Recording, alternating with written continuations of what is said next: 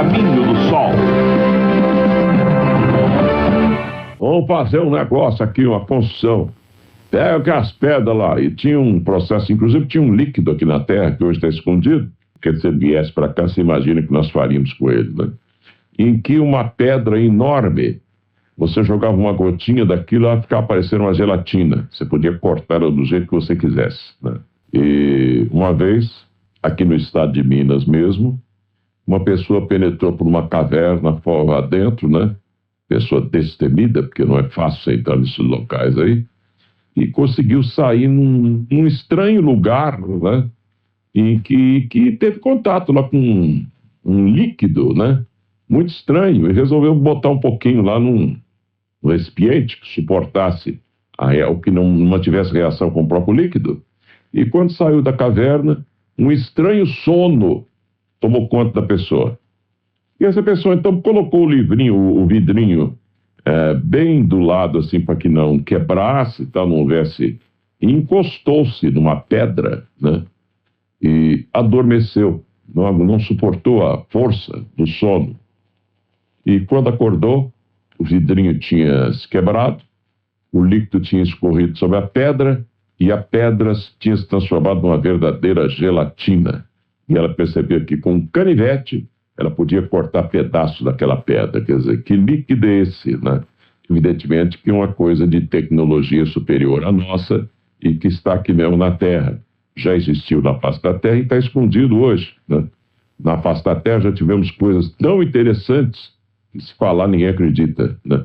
Depois foi interiorizado, algo parecido com o que está no livro do Dr. Cristóvão Buarque, Os Deuses Subterrâneos, né? É só você ler. Cristóvão Buarque é o ministro da Educação, viu? E você deve encontrar em livrarias até hoje. Leia lá esse livro que eles chamam de ficção, né? Dedica inclusive ao Mário Quintana, ainda faz uma brincadeira com o Mário Quintana. O Mário Quintana que conversa com eles, com esses seres escondidos lá embaixo. Então, a América ficou guardada.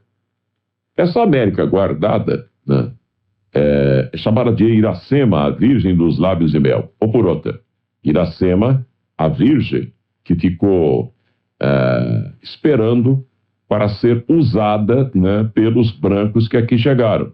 Daí os grandes descobrimentos. Ou por outra, a continente americano, ele ficou guardado um tempo para a eclosão aqui da sexta e da sétima sub-raças da quinta raça. Já que estamos ainda na quinta raça, a raça teutônica ou germânica, né?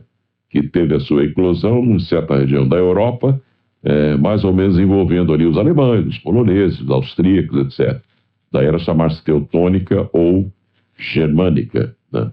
E nós não estamos ainda na sexta sub-raça de jeito nenhum. Vai ser uma sub-raça bem melhor, mas mesmo assim ainda seremos psicomentalmente infantis nessa sub-raça, mas já bem melhores do que somos agora, né? E isso vai acontecer quando? Não sei, falta tempo demais, né? Falta um tempo incrivelmente longo. Mas tem sociedades hoje já trabalhando nesse sentido, para fazer com que, quem sabe, haja até um aceleramento, né? Uma aceleração desse processo aí, nesse processo de vinda das raças, das sub-raças bimânica e atabimânica, ou bimânica como uma espécie de sexto sentido já mais avançado, e atabimânica como um sétimo sentido, já uns sinais de um sétimo sentido. Mas, contudo, não estaremos prontos de jeito nenhum. Nós não estaremos prontos e acabados. Por um ser humano estar pronto e acabado, demanda ainda um tempo extraordinariamente grande, né? Então, essa história do indivíduo retroceder e voltar ir para o mato, né? Porque lá eu tenho tranquilidade, né? Eu tenho paz, eu tenho sossego, isso é uma maneira errada de pensar. Eu tenho amigos, por exemplo, que foram para o Mato Grosso, levaram 2 filhos pequenos, uma mulher, 2 filhos pequenos e tal, estavam vivendo muito bem. Quando chegou a hora de escola para as crianças, eu acho que nós temos que voltar para São Paulo, estamos aqui, né? Outros voltaram para Minas, outros voltaram para outros lugares. Quer dizer, é uma coisa não pensada, não raciocinada, não racional, né? A história de você querer sossego não existe em momento nenhum. O dia que você passar para o outro lado, você vai ver que nem de lá você tem sossego. Ao contrário, de lá você é enviado de volta, principalmente se você for consciente do que você é, do que você está fazendo aqui, sobre a necessidade de você ajudar numa obra maior, chamada Obra do Eterno na Terra, e você acaba voltando e você tem que estar completamente desassossegado o tempo todo, sem esquentar a cabeça. É o que a gente diz aqui sempre. Não adianta eu ficar aqui falando com você, você ficar esquentando a cabeça do outro lado. Ah, meu Deus, está destruindo minha crença, está fazendo isso, está fazendo aquilo. Não, não é nada, o objetivo não é nada disso, né? Não é nada disso. Mas o ser humano, como ele é hoje em dia, a maioria de nós não está pronta para essas coisas ainda. Mas tem que estar, né? Então a gente vai falando, aquele que maneira de ser já bate um pouquinho com isso que a gente fala. Bem, se não bate, o que você vai fazer, né? A filosofia é um instrumento oferecido à humanidade, mais ou menos, por volta de 2200 a.C., onde consta que o chefão aqui da Terra chamou filho dele, muito querido na época, será por onde anda esse ser aí, se ele existe ainda ou não, porque existe também morte do outro lado, né? Morte ou transformação do outro lado também. Um ser, por exemplo, que representou o máximo do planeta durante muito tempo, depois de não sei quantos milhões de anos existindo entre nós, ele chegou para o grande chefão geral e disse assim: ofereço-lhe as minhas vestes, ou por outra, minha personalidade, meu caráter e tudo que eu tenho. E se dissolveu no seio da eternidade. Isso é possível, sim, né? Sabendo ele perfeitamente que se dissolvendo no seio da eternidade, ou ele como unidade no seio da multiplicidade, mas que representa também uma unidade, é que nós não entendemos direito, né? Ele estava, na verdade, melhorando essa multiplicidade com as suas experiências extraordinárias, que, na verdade, ele era o rei do mundo entre nós, né? E, com isso, ele também ganha, porque você não perde, na verdade, essa individualidade. Você passa a ser aquele próprio que o gerou lá do outro lado. Você fala, puxa vida, eu estou dentro do seio da minha própria mãe, ou da Físis dos gregos antigos, né? Então chegou uma hora que o chefão pediu pro Orfeu, que é um ser mitológico, né? Que você vai estudá-lo na mitologia grega, não tem prova da sua existência, a não ser que alguém tenha, porque eu também não tenho para fornecer a você. Pediu a ele: pô, meu filho, junta os seus Asuras, Agnisatas, Parishades, alguns Jivas aí já conseguiram chegar lá. São as 4 hierarquias já formadas, né? Asuras, os do primeiro dia da criação. Agnisvatas, os filhos do Sol, segundo dia da criação. Parishades, filhos do terceiro dia da criação, relacionados à Lua. E Jivas, relacionados à Terra, mas já mais velhos, mais conscientes, etc. Então, faz o seguinte: junta essa turma toda aí, que é um pessoal superior na Terra, né, alguns milhões de anos na frente, tecnologia muito evoluída e tal, ligado a máquinas espaciais, para você ter uma ideia. Vá até um determinado local que um dia se chamará Magna Grécia, né? Chega naquele ponto ali, ó, indicou para eles. Ali está a Dredd preparado, vai ter uma energia muito boa, vibratória, para permitir uma impulsão do trabalho que vocês vão fazer. Vocês vão dar um progresso geral às artes, né? A medicina vai nascer por ali também, com Hipócrates, né? Surgem figuras como Euclides, né? Matemático, né? Surgem figuras como Tales, outro matemático, filósofo, né? Não tinha ainda palavras adequadas para passar para a gente no entendimento de hoje, né? Que ele podia entender, eram mais palavras ligadas às escolas esotéricas da época. Até que chegamos em Aristóteles, esse sim, deixou muita coisa. O seu Liceu durou tanto quanto o Império Romano. Aristóteles, sim, esse aí, um extraordinário escritor, né? Dizem. E você vai lendo, ele tem uma técnica de escrever muito bonita, muito boa, muito clara, mesmo que você possa até não concordar com ele, porque nós estamos aqui para discordar uns dos outros e não concordar. Para discordar inteligentemente. E não dizer assim, não bateu com o livro que eu leio lá, não presta. Não, não é assim. ou a minha crença é essa, não serve. Não é por aí também. É racional com racional. Emocional não vale, né? E, então, o Orfeu foi lá e falou: o máximo que você vai fundar lá é um negócio que, não sei que nome você vai dar, dê o nome aí de filosofia, né? Filo, amigo, sofia, sabedoria, né? E cria aí um processo para você ensiná-los a pensar, seres da Terra. Isso aí deverá se espalhar pelo mundo todo, né? E isso culminou em Aristóteles. De Aristóteles para cá, sim, a filosofia ficou inteligível, só que com um grande defeito, né? A filosofia mostrou-se também cristalizadora de verdades ou dogmas. Ligado? Então ela hoje cristalizou tanta coisa que ela não consegue sair mais dessa encrenca que ela arrumou para ela mesma, esse nó, né, que ela deu e atua a si própria. A filosofia não consegue mergulhar na metafísica, ela tem medo, né? Ela não consegue mergulhar na sua própria mãe. Então ela não consegue ir do século VI para trás, né? Buscar mais inspiração na fonte, na physis do Platão. Aristóteles também, pré-socrático, Sócrates, etc. E devido a isso ela está parada no tempo, no espaço. Nós temos aí os pensadores muito bons atualmente, temos até aqui no Brasil mesmo pensadores muito bons, mas ela está parada no tempo e no espaço porque ela não consegue dar passos atrás. E lá no passado, você inclusive modificaria todo esse passado da humanidade que está aí, que não chegou para nós em fragmentos, não é nada disso, né? Nós estamos tentando mostrar já faz tempo que existe algo maior de onde tudo vem, né?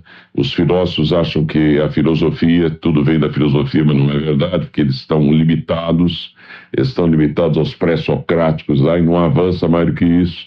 Você vai num livro de história da filosofia, por exemplo, você vai encontrar vários aí em livrarias, você vai ver que tem alguma coisa sobre filosofia oriental, mas aquilo ali é nossa, é um grão de areia no oceano.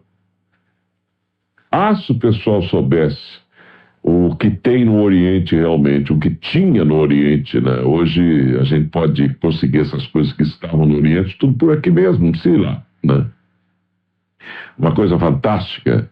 O dia que a religião mergulhar na teosofia, ela vai descobrir as suas origens, por que ela tem que existir, e haverá uma grande melhora nas próprias religiões e, portanto, nos seres que frequentam essas religiões.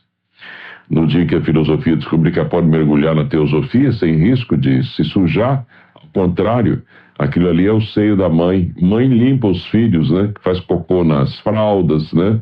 E ali a teosofia vai limpar as fraldinhas da filosofia, as fraldinhas sujas da religião ou das religiões e as fraldinhas sujas dos cientistas, das ciências, né? Só isso, né?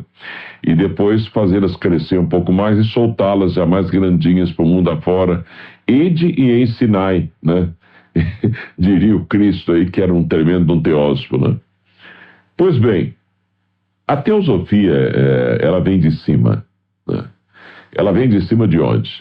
Você tem alguma indicação em algum livro para que a gente possa verificar? Tem sim, Bíblia Católica Apostólica Romana, você vai ler nas epístolas de Paulo, o Paulo dizendo assim: da carta aos Hebreus, da carta aos Tessalonicenses. Que diabo de carta é essa? Você vai ver na teosofia Agartha, Duarte e Shambhala, por exemplo, né? 3 mundos paralelos internos aqui dentro da Terra mesmo, né? Isso aí o Oriente inteiro conhecia um pouco desse mistério. Não muito, não tudo, mas conhecia uma boa parte desse mistério. Agartha, Duarte e Shambhala. Você pega os livros do Trigueirinho, que mora em Carmo da Cachoeira hoje em dia, e está esperando que o planeta encha d'água, que a religião dali escape, né? Sem água, né? O Trigueirinho tem 3 livros interessantes a esse respeito. Ele chama de Aurora, Mistritlan e Erques. São os mesmos mundos que o Trigueirinho está dizendo ali, né?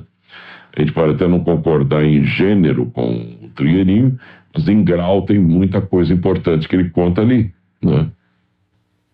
A teosofia, então, é um conhecimento que vem de cima. Ela vem de onde? Ela vem da Agartha. Mas da Agartha também veio epístola para os Tessalonicenses, veio epístola para os Hebreus, né? Que Agartha é essa? Você, para saber que Agartha é essa, tem que saber que existiu uma língua, existe essa língua ainda, mas que existiu uma língua que já foi até falada aqui na Terra, muito antes do sânscrito, né? Chamada Agartino. Aí ganha sentido, ó. Puxa vida, mas como é que você pode falar uma coisa? Você tem condição de provar? Não.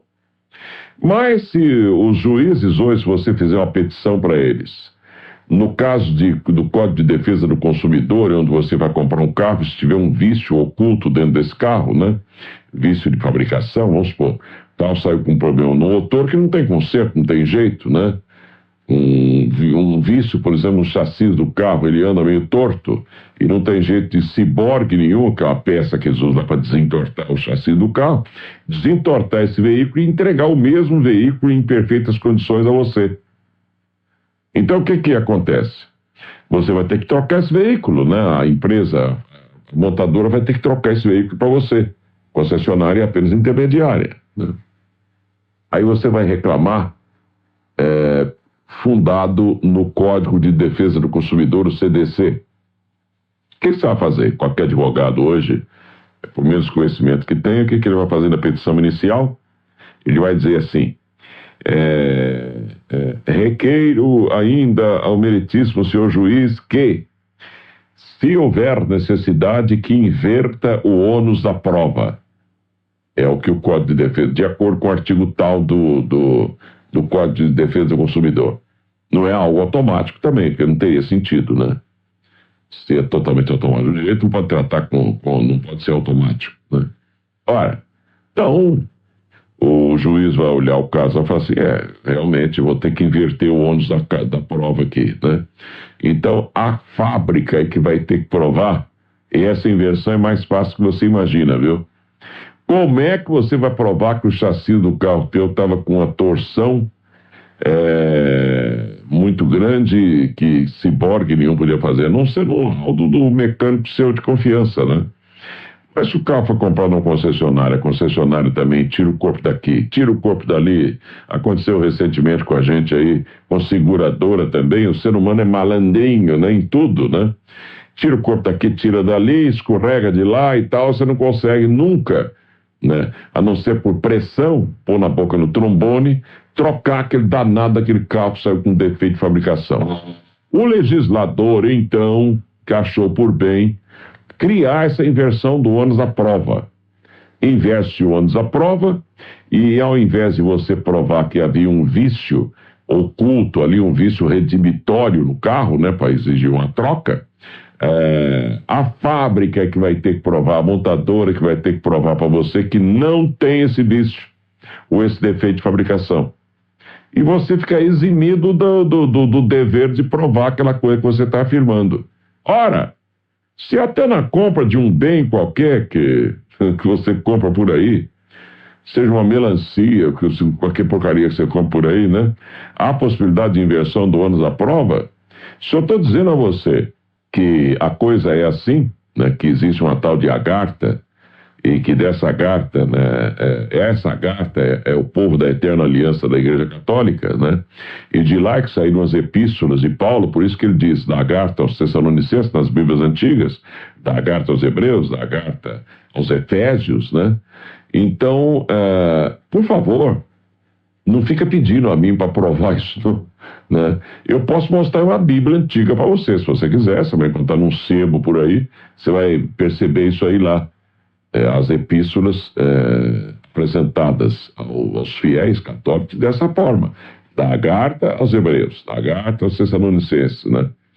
Mas que raio de Agartha é essa? Eu estou dizendo para você que a Agartha é uma arca, só que é uma arca voadora, enorme, do tamanho de um continente inteiro, do tamanho daquela que ficou na Lua no filme Independence Day. Aquele Agartha. Isso é arca. Essa arca voa no escuro do céu e para num ponto ali, cerca como se fosse arame farpado, um conglomerado eletromagnético, sei lá, de uma tecnologia infernal que nós não temos, nem sabemos o que é, né? E dentro daquilo ali é que vai surgir um universo. Pronto, aí, ó. Cadê a teosofia? Cadê a filosofia? Cadê a ciência? Cadê as religiões, né? Deus criou não sei o quê, tantos dias e tal, blá, blá, blá. Cadê? Acabou tudo, né? Eu estou dizendo de uma forma diferente. Mas não vai acabar se você mergulhar fundo nisso, porque você vai ver a raiz de tudo lá atrás. As religiões são imprescindíveis ainda aos seres humanos. Tudo que está aí está certo, né? Não se atreva a criticar religião nenhuma que está aí. Sabe, espiritismo, que espírito não existe, deixa de ser bobo, senhor. Se está cheio de gente no espiritismo kardecista é porque tem fundamento, né? Ah, mas a Igreja Universal do Reino de Deus, não sei o quê, porque exige dízimo, cala a boca, para de ser bobo, né? Vai lá saber, tem gente que está satisfeita lá dentro, se abre uma igreja até na outra, porque tem um motivo, ora, bolas, né? Ah, mas a Igreja Católica assou o pessoal lá, o Torquemada, com a turma dele na Inquisição Antiga, queimou isso, fez aquilo, matou não sei quanto. Para de falar bobagem, né? Você não conhece nada do oculto das religiões, né? O dia que você conhecer o aspecto teosófico das religiões, você vai parar de falar besteira, de criticar, de julgar as religiões, né? Cada uma, por menor que seja, qualquer portinha que abra amanhã, e mesmo que um pastor mal intencionado ele esteja criando qualquer coisa para ganhar dinheiro, teve esse desemprego que está aí, e não pense que não tem gente que é capaz disso também, né? Isso é para mostrar. Tem filme, gente que cria uma religião para ganhar dinheiro. Mesmo assim, as pessoas que vão estar lá, mesmo que elas deem dinheiro a esse pastor, essa religião irá propiciar benefícios a essas pessoas. Senão a lei de Deus não deixa existir. Como é que é feita uma reprogramação mental numa pessoa? Tirando aquilo que está programado lá dentro da cabeça, e que nem sempre é aquilo que está lá também, você cisma, encasqueta com a coisa e não tira aquilo da cabeça mais, né? Eu tive até em família um caso parecido, né? Eu tive uma irmã, por exemplo, que ela, aqui em São Paulo, ela fez vários exames, né? Para saber se ela tinha problema de desmaio dela fosse, como é que chama lá, epilepsia, né?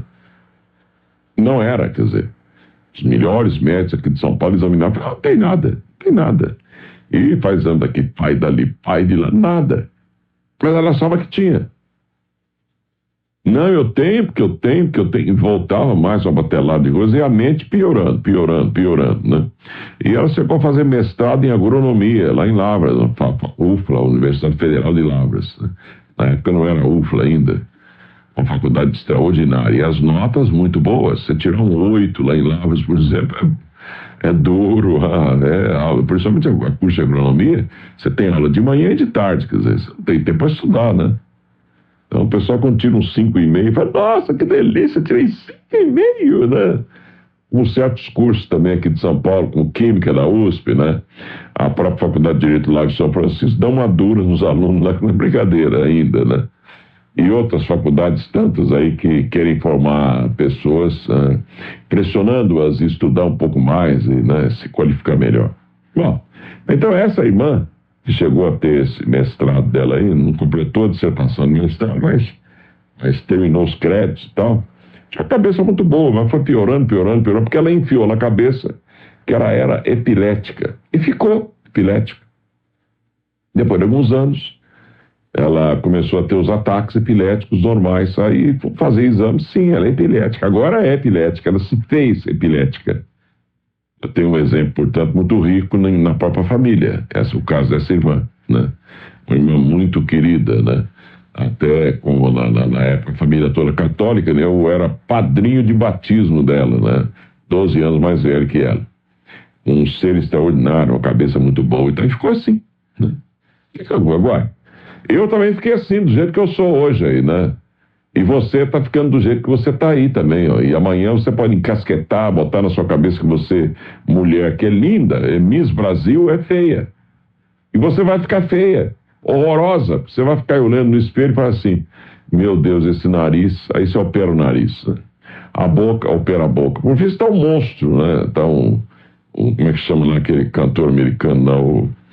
O Michael Jackson. Michael Jackson tá um esquisito, né? No lugar do nariz tem 2 buraquinhos, né?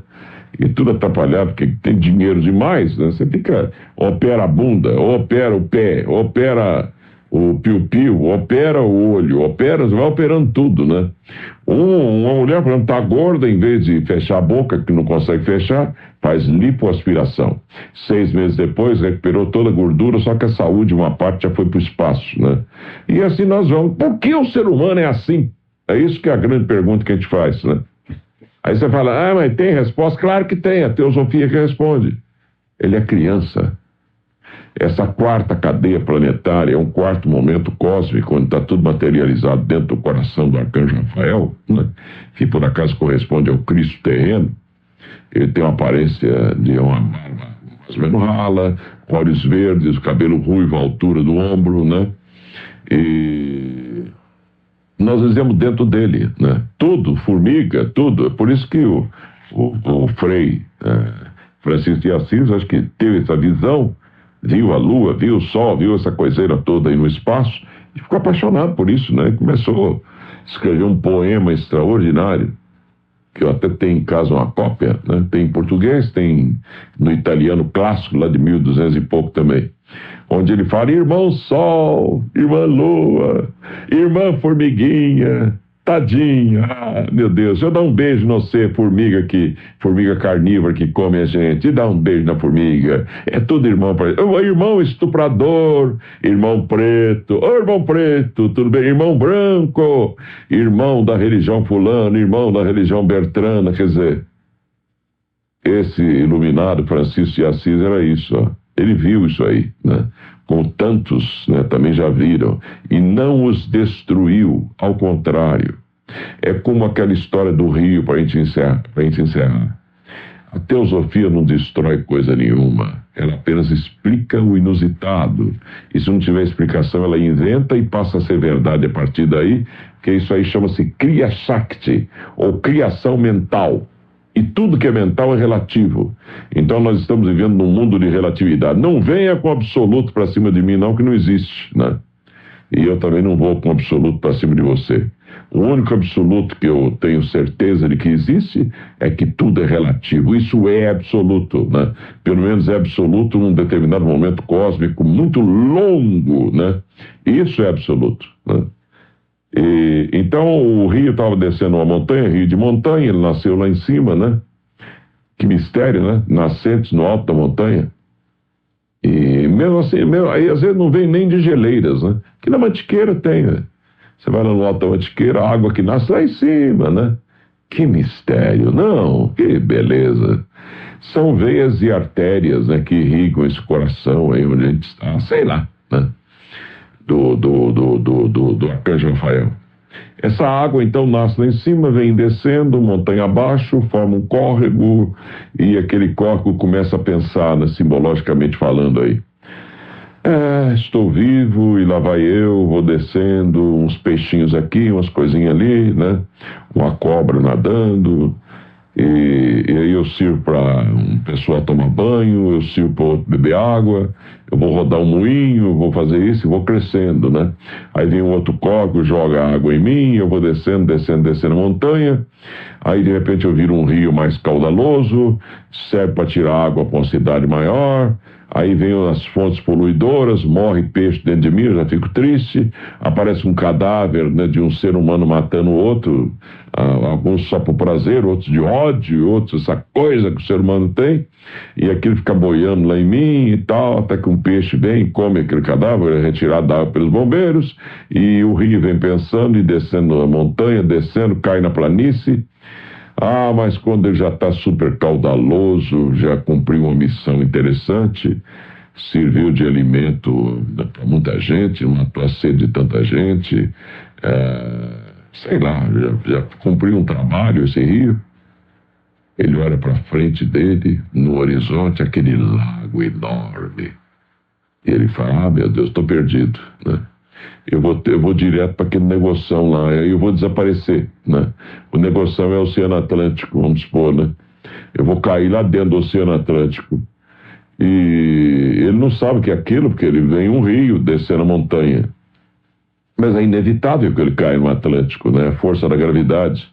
Como é inevitável a nossa morte um dia, como é inevitável a reencarnação também, mas você não sabe o que é, então você pode ficar com uma masturbação mental só. A hora que ele mergulha dentro do mar, ele fala: oh meu Deus, que beleza, aqui estou eu. Não perdi a minha unidade, porque eu, apesar de ter me misturado nessa água salgada, eu me sinto no seio da minha própria mãe. Aqui eu vou purificar as minhas águas. E eu volto na forma de nascente daquele lugar de onde eu saí e venho aqui para o mar de novo, onde esse conglomerado extraordinário de sais, né, essa coisa toda aqui, esse revolver de águas pelas ondas, as correntes marinhas, vão reciclar toda a minha água e de todos os rios e fontes e lagos do planeta, e eu volto então com a água purinha, purinha, para fazer de novo tudo aquilo que eu já fiz numa aparente rotina tão gostosa. Pronto, o rio ganhou uma compreensão global das coisas ao mergulhar no oceano da vida. O oceano da vida das ideias chama-se teosofia. Bom dia para você que está ligando a hora, 1h42. A teosofia ama todas as religiões. Se você encontrar alguém ligado à Sociedade Teosófica do Brasil, a Sociedade Teosófica Brasileira, que mudou de nome, chama-se Sociedade Brasileira de Eubiose, depois que o seu fundador desencarnou em 1963, se você pesquisar em outras sociedades com outros nomes, mas que também têm esse conhecimento, chamemo-lo de teosófico ou iniciático das idades, você irá perceber que nenhum deles poderá criticar as grandes religiões do passado, criticar, a não ser que critique no bom sentido, né? Critique no sentido construtivo. Não poderá criticar nenhuma das grandes filosofias e nenhuma das ciências que nós temos hoje em dia aí. Porque a teosofia é uma árvore de 3 galhos, e esses galhos são as ciências, as filosofias e as religiões. Todas estão aí, tudo que está aí, e que já esteve por aqui no planeta e não existe mais, né? Como é que você vai criticar os seus próprios filhos, a querer acabar com eles? Não dá, né? Toda vez que você encontrar alguém que se intitula um teósofo e que venha dizer para você: espiritismo é coisa boba, é tola, não é bobagem, não acredite que ele seja um teósofo. Teósofo não diz isso. Ele vai dizer assim: procure o local onde você vai se dar bem. Fique lá. Não tem problema nenhum. Você deve ficar onde a sua cabeça bate. E não onde eu estou dizendo para você ficar. Você não vai ficar onde eu vou dizer, porque eu não vou dizer onde você ficar. Fica onde você quiser. Senão não formaremos nunca livre-arbítrio, né? Pois bem, então a teosofia como mãe de tudo, você não pode encontrar um teósofo por aí que fique criticando, por exemplo, a sociedade iniciática do outro, fala assim: a Provida é boa, mas ela tem um monte de defeito, que é isso, que é aquilo, que é... Não. O pessoal da Provida tem a cabeça que a Provida propicia para eles. Cada um desenvolve a sua cabeça dentro daquilo que pode desenvolver. Você vai até os seus limites, né, que os neurônios ditam para você, que as suas circunvoluções cerebrais ditam para você. Além daquilo, é meio difícil você ir. Você, para romper limites, você tem que ser uma pessoa absolutamente, vamos chamar assim, dentro da relatividade da vida, despreconceituosa, né? Mente aberta para qualquer coisa. Você não pode estar fixado em algo, né? Se você achar que o que você está aprendendo é a única coisa melhor que existe no planeta, pronto, você já dançou, que não é por aí também, né? Não é por aí. Então, a teosofia, como árvore de 3 galhos, ela ama esses galhos. Esses galhos são as religiões, as filosofias e as ciências, repetindo pela 4ª vez, acredito que agora, só agora, né? Que é para fixar bem o que a gente deseja aqui. Então vamos supor, as religiões, elas têm limites, e aí que a gente entra no que a gente pretende conversar com você aqui. As religiões têm limites porque as religiões constituem-se num galho maior, um galho grande da teosofia, e esse galho, né, ele tem subgalhos, são as várias religiões que existem aí no planeta, né? Então, as religiões, elas se autolimitam, quando chegam a um determinado momento, elas não conseguem explicar além daquele limite, então cria-se um dogma. Por exemplo, na religião católica você vai encontrar o dogma da Santíssima Trindade. Eu não vou discutir budismo com você, que eu não conheço. Eu, pelo menos, nasci mais na religião católica. A gente conhece mais a doutrina do Buda, e não a religião budista de uma forma geral. Mas, por certo, que chega um determinado momento que a religião, ela se autolimita, né?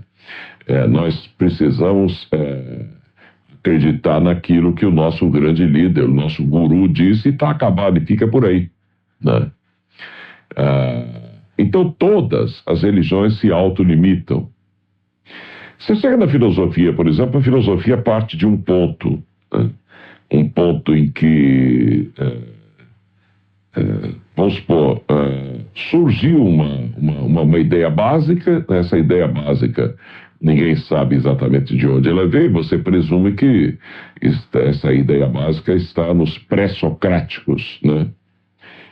Essa ideia básica está nos pré-socráticos. Os pré-socráticos são os anteriores a Sócrates, né, séculos 6 a.C., 5. Aquilo que chegou até nós, mas não quer dizer que antes não teve nada na Grécia, né? A teosofia diz a você o seguinte: não teve, sim, e teve muita coisa boa. Houve até um ser que existiu na Grécia lá, há cerca de 2000 anos antes de Cristo, né? Falando lá do comecinho da Grécia, ou da era de Áries, que foi a era praticamente grega mesmo para valer. Daí a era de Áries é a era dos pensadores, né? Então, vamos supor que esteja fixado lá, nesse ponto, né? Que esteja fixado lá nesse ponto da história, a origem de tudo. Mas isso não basta, porque não leva você a saber de onde tudo surgiu, né? Então, ela se autolimita também, né? A filosofia se autolimita no tempo e no espaço, porque não tem um sistema de referência básico para partir dali e chegar a um ponto, né, em que não houvesse dúvida alguma. Então, você vai perceber que a filosofia é cheia de dúvidas. As religiões, se você for pesquisá-las tentando explicar os dogmas, elas também são cheias de dúvidas, né? Você fala do mistério da Santíssima Trindade, por exemplo, na religião católica. Se você quiser ser católico, você tem que parar por aí. Você não pode ir pesquisar o mistério da Santíssima Trindade. Em outras religiões, a gente acredita que seja a mesma coisa, né? Mas aí você vai na ciência. A ciência, o que ela faz? A ciência se autolimita e parte de um pressuposto de que um ponto básico, chamado ponto inicial para ver o Big Bang, começou. É o que é aceito hoje em dia pela ciência ortodoxa, ou ortodóxica.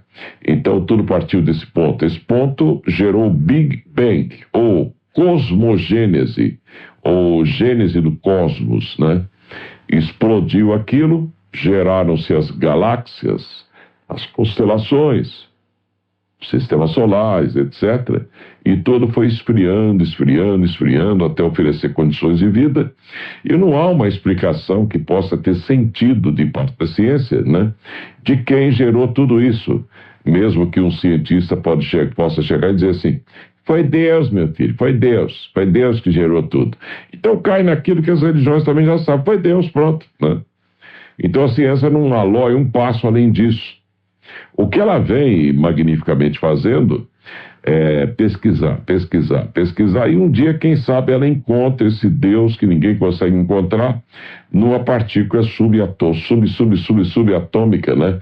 Que seria a menor de todos e que, enfim, seria o ponto primordial do Big Bang da própria ciência, né? Que gerou o universo inteiro. Quem sabe isso um dia aconteça, né? Há uma esperança muito grande de que isso um dia venha acontecer, nem que demore 5 setilhões de anos, ou 10 setilhões de anos, tanto faz, ou 10 octilhões, ou nonilhões de anos, o que tem? A vida é eterna.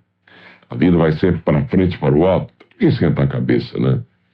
Então você tem aí 3 parâmetros para você viver, que são 3 galhos distintos. Você escolhe o galho que você quer empoleirar nele, né? E ficar ali estudando. Você quer empoleirar no galho das religiões? Fique, escolha uma delas, né? E fique ali. Mas não venha dizer que todo mundo tem que ter uma religião. Não, conheço gente que não tem religião, não está fixado numa, mas gosta de pesquisar todas. Eu, por exemplo, me considero assim. Portanto, como eu não tenho nenhum, estou fixado nenhum, me sinto com liberdade de entrar em qualquer igreja, em qualquer religião, assistir um culto e qualquer outra coisa, né?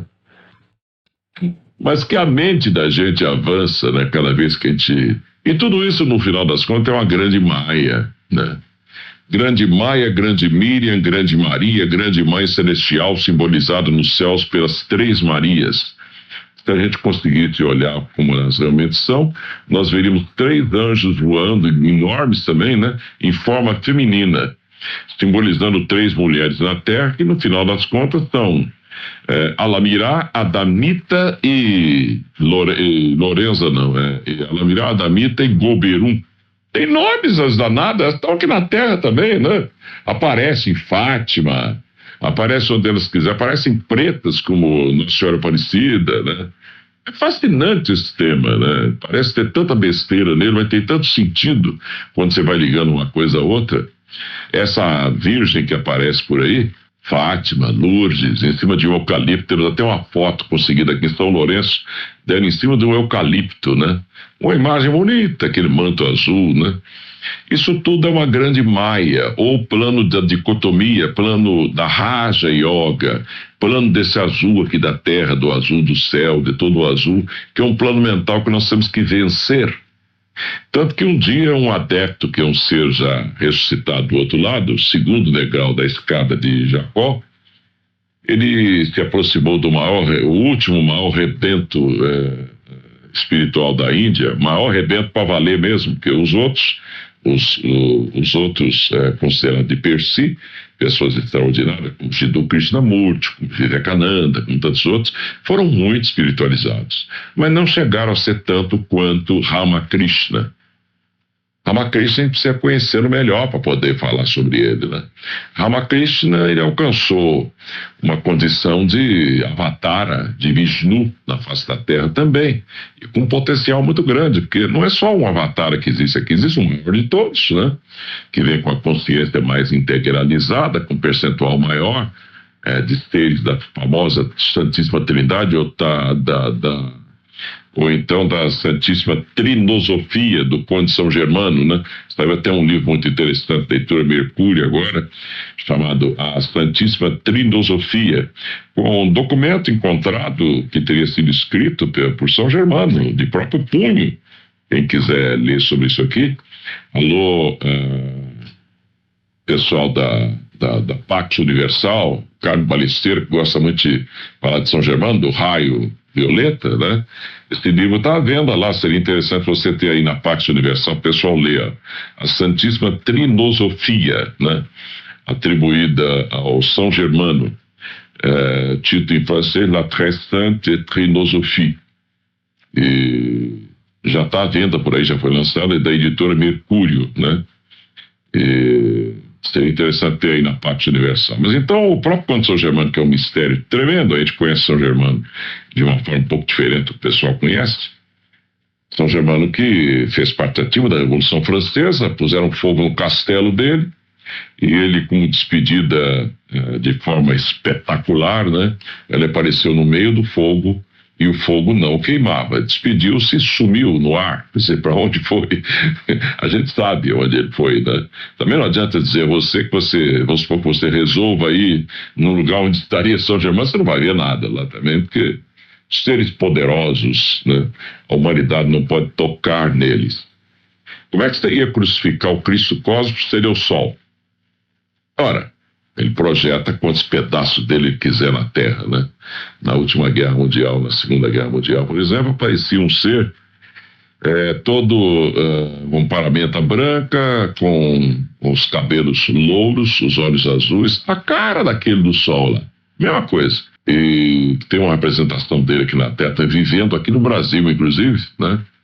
noutra dimensão, evidentemente. Ele é intocável. É um ser de sétimo degrau da escada de Jacó. Não tem como tocar um ser desse. Só para você ter uma ideia, como é que você vai crucificar um ser desse? Meu Deus, não tem sentido, né? É por isso que tem 3 Cristos no céu, né? 3 Cristos. Um celeste, um terreno, que é o próprio arcanjo Rafael, e um humano. Arcanjo Rafael representando uma espécie de quinta coisa, né? Que você vai vê-lo também azul. E azul é quinta coisa, quinto planetário. Ou a lei no segundo trono, Raja, inteligência, né? Por isso que tudo é submetido ao raciocínio aqui na Terra.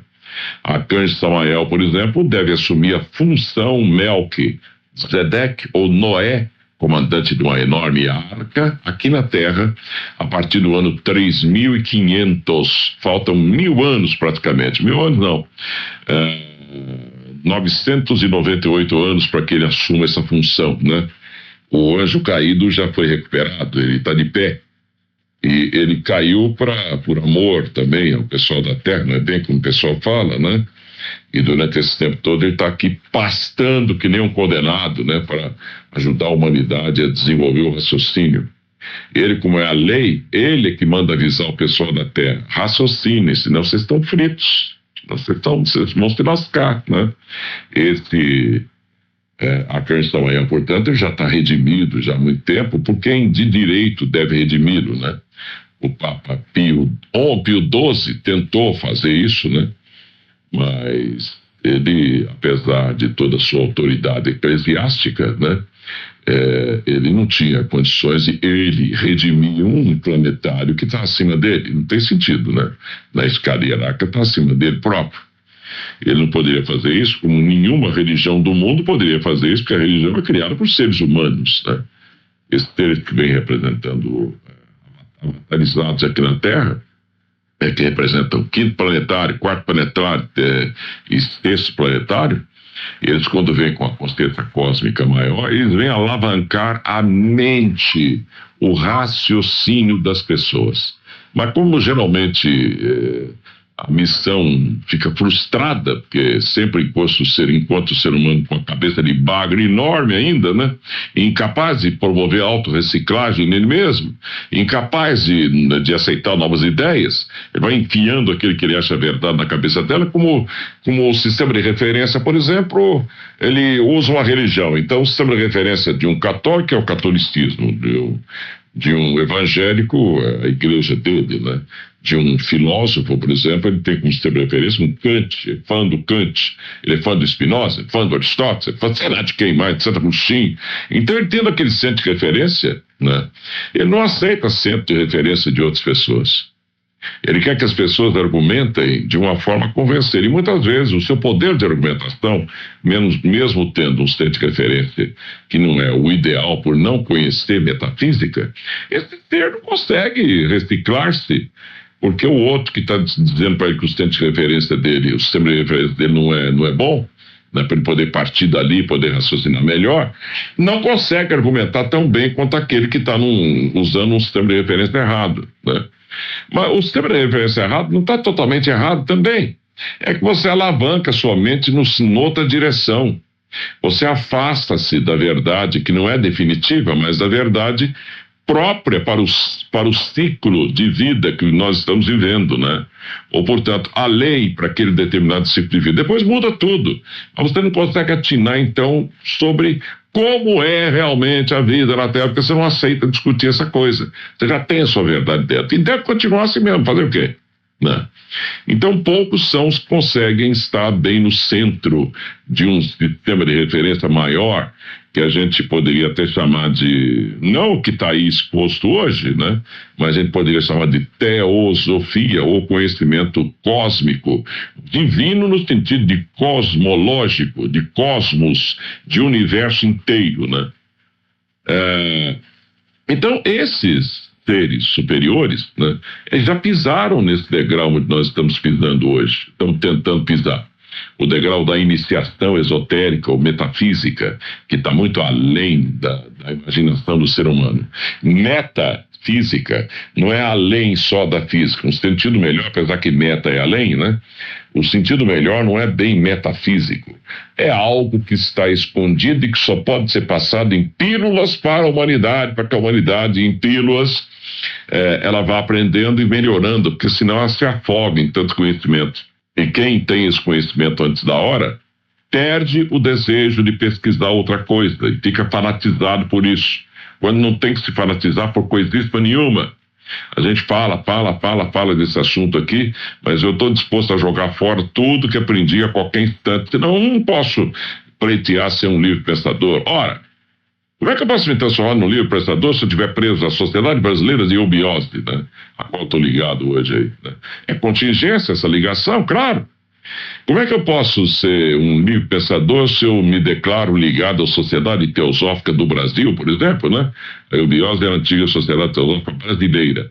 A do Brasil é de Blavatsky, né? Como é que eu posso me transformar num livre pensador se eu estou ligado às grandes lojas da maçonaria aqui em São Paulo? Vamos supor, São Grau 33, a maçonaria e tal. Então, eu só posso aceitar como sistema de referência a maçonaria. Que diabo? Como é que eu posso ser um livre pensador? Eu não tenho que estar preso a coisíssima nenhuma, a Deus nenhuma, coisa alguma, né? A não ser o meu próprio Deus interno, a voz que fala dentro de mim, seja do silêncio ou seja em alto e bom som, né? Eu tenho que estar preso a isso, é a mim, né? O maior sistema de referência que eu tenho chama-se eu mesmo. E pronto, está acabado. Agora, para você ter um sistema de referência você mesmo, né? Você tem que estar pronto a abrir mão de qualquer sistema de referência que você já usou no passado e pretenda usar no futuro, não que você esteja cuspindo em pratos que você comeu, não, de modo algum. Você tem que ter gratidão por tudo que já passou pela sua vida e que você foi percebendo que não tem a consistência que você esperava, né? Para quem já foi coroinha de igreja, já ajudou em missa, já fez tudo, como é que você vai desprezar a igreja católica se você conhece um catolicismo esotérico que nem os católicos conhecem, né? Você só tende a valorizar a religião. Se você dá uma olhada para o mundo e descobre que uma formiguinha está vivendo também no corpo sideral do arcanjo Rafael, igualzinho a você, e ela tem tanto direito à vida quanto você, a formiguinha que está ali picando você, né? E você pega a massa formiguinha com o dedo, né? Ramakrishna teve essa consciência, né? A consciência de Ramakrishna na Índia atingiu a tal ponto que ele não conseguia nem se mexer mais. Ficava sentadinho num canto com receio de matar formiguinhas e outros insetos, né, que passassem por ele ali. Deixava o pernilongo picar-lhe com tanto amor, coitadinho, ele está precisando de sangue, deixa ele picar, né? Aí um dia um adepto passa perto do Ramakrishna e diz assim, viu, Aguinaldo Barreto? Falou assim pro Ramakrishna, mata a mãe, pra você chegar no pai. Ele olhou, mas com aquela inteligência cósmica extraordinária, ele percebeu. E dizem que Ramakrishna conseguiu matar a mãe. Matar a mãe no bom sentido, a mãe cósmica pela qual ele era apaixonado, né? Ou, portanto, ele matou a dicotomia, matou a dialética, matou a relatividade, matou a transitoriedade nessa terceira dimensão em que vivemos. Aí você fala, quer dizer que virou um imortal, um mestre ascendido, é isso, né, que o pessoal gosta de falar? Sim. Só que tem uma coisa, o mestre ascendido vai estar numa outra dimensão onde a dicotomia continua, a transitoriedade continua, porque a manifestação continua.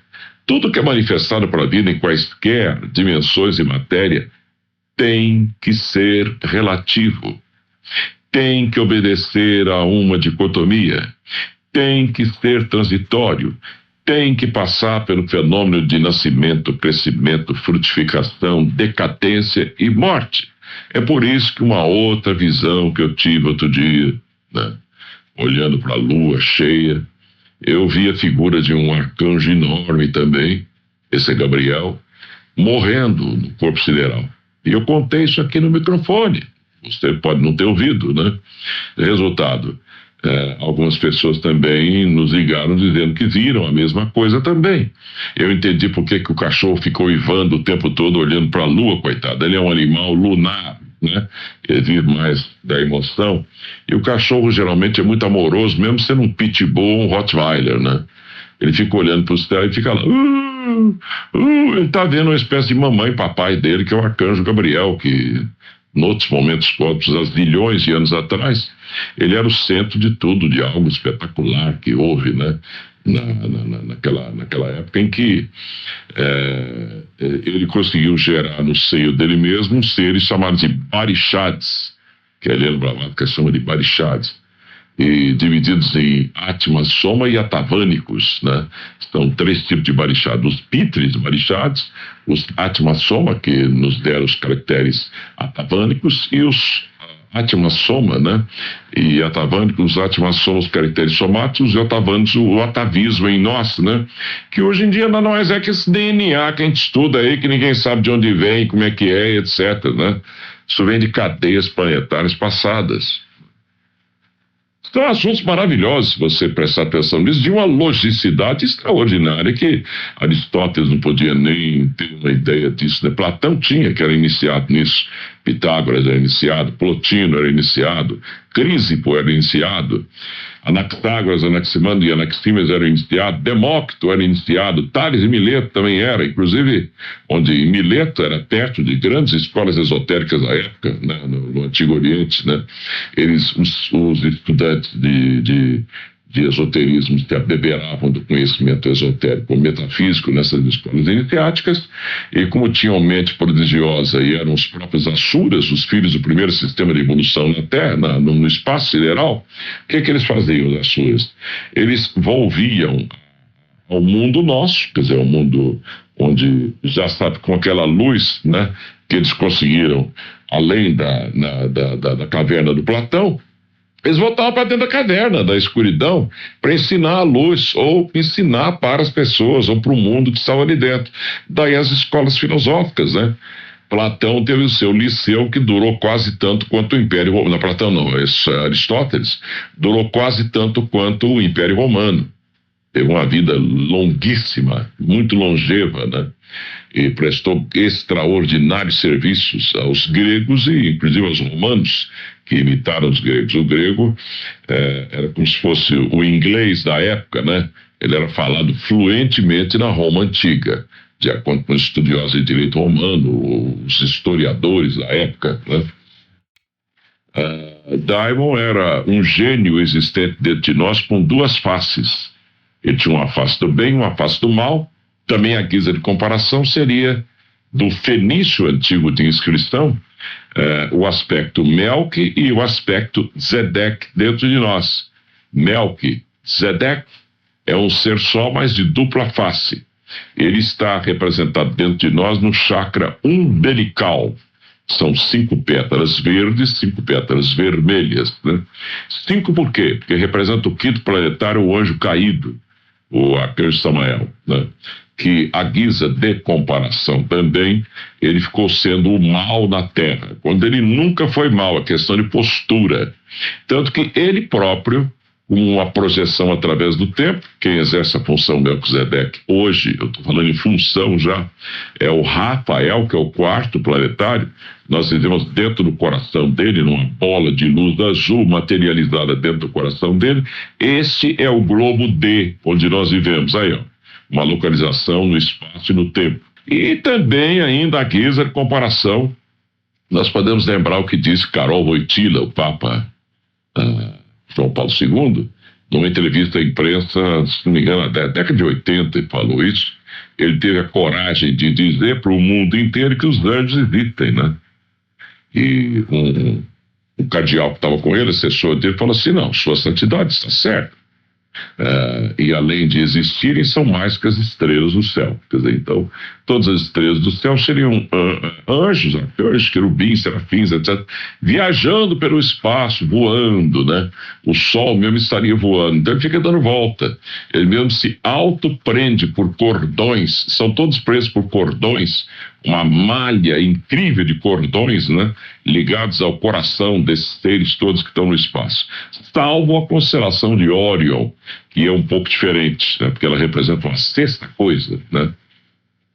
E por que coração, né? Por que coração é tão valorizado aqui na Terra e tal? Se teria algum outro motivo, você saberia explicar? Não.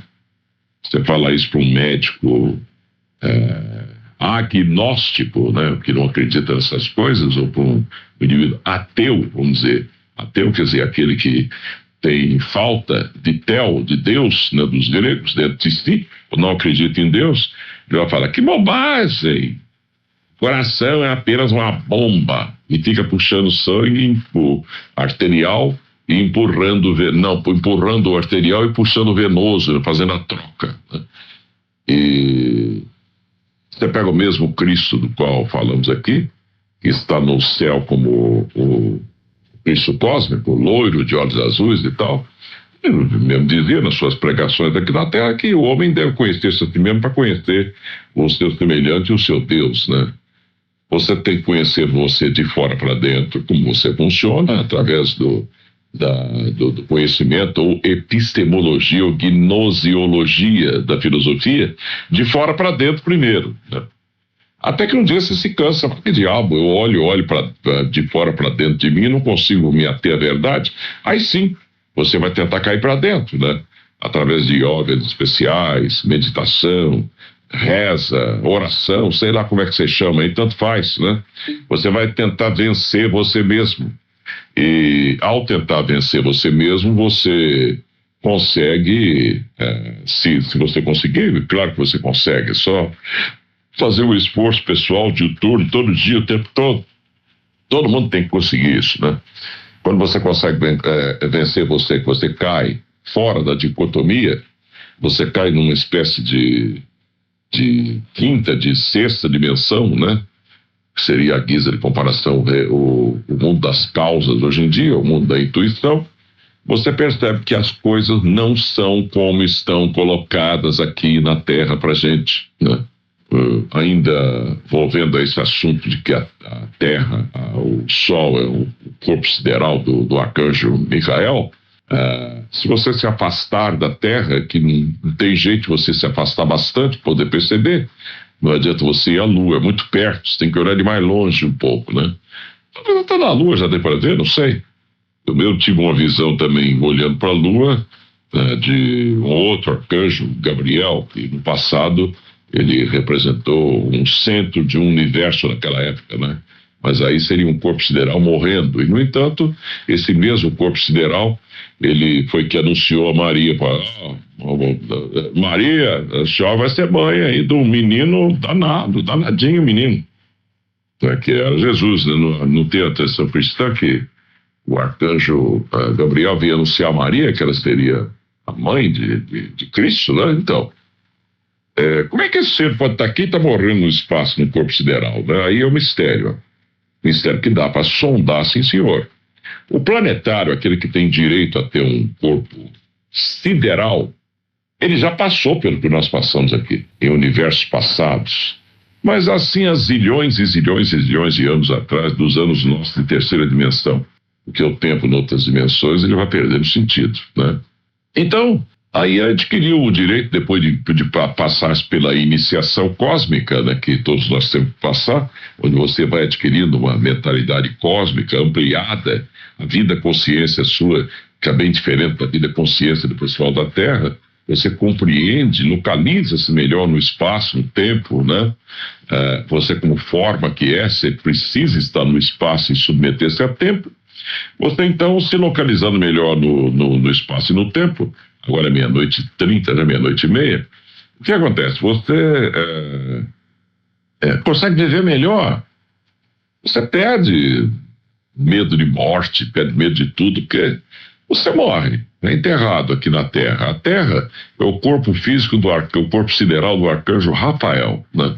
Se você se afastar bastante dela, você vai ver um arcanjo também enorme e uma bola de luz azul saindo do peito dele.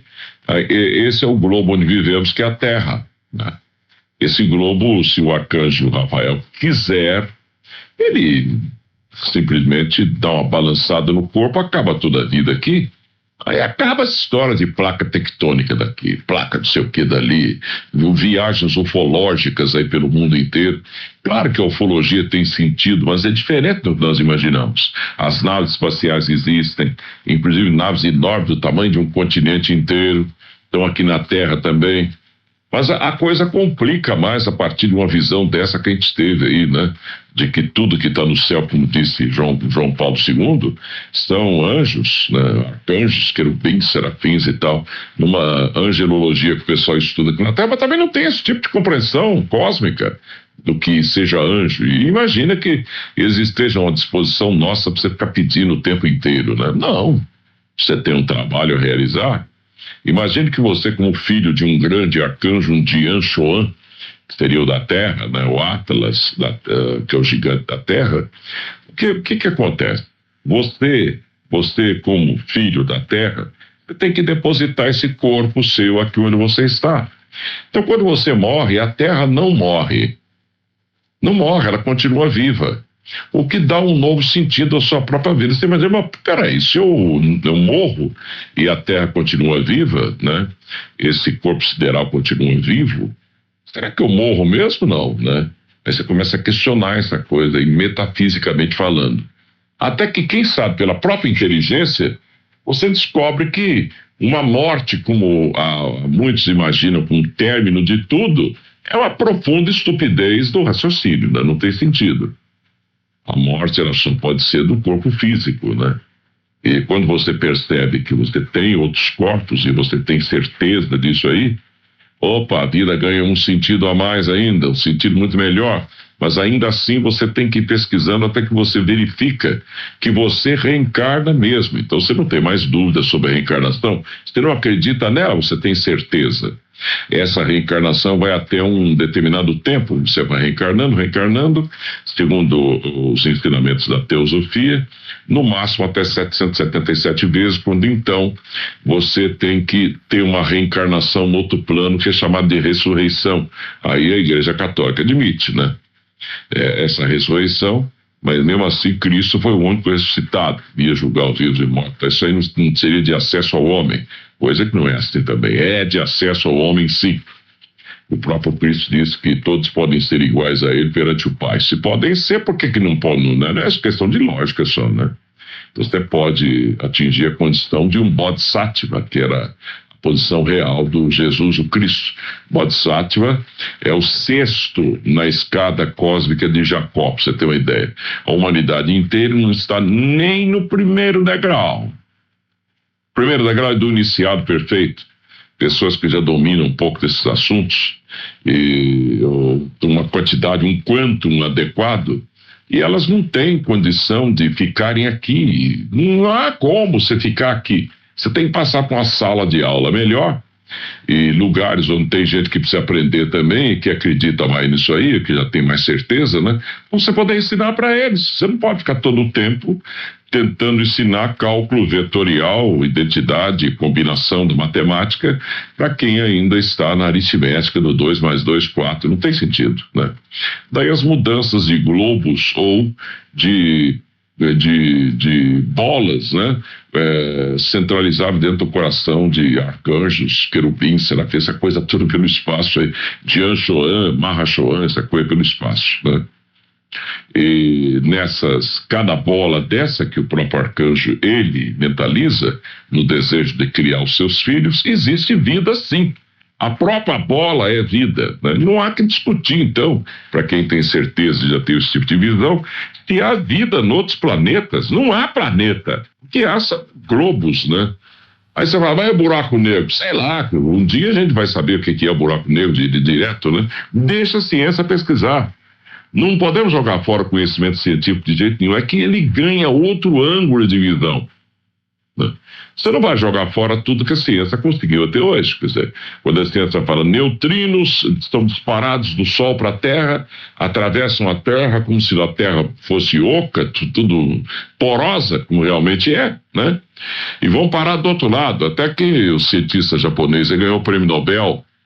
Ele, parece que o americano junto, ganharam o Nobel de Física desse ano de 2002, fazendo o quê? Conseguindo fotografar o neutrino aqui na Terra. Ué, então ele existe. Agora a pergunta é, será que neutrino chama-se neutrino mesmo? O nome está adequado ou teríamos que dar outro nome? Será que tudo não é partícula eletromagnética? E se é eletromagnética, é tudo a diferenciação do próprio elétron dos gregos? Não. Poderia ser, né? Porque tudo tem capacidade de atração e repulsão, né? Será que existem mesmo os gluons, os fótons, os nêutrons? Que mais tem o meson pi, meson simples, sei lá, os pacotes de quarks e outras coisas mais, sei lá se existe ou não.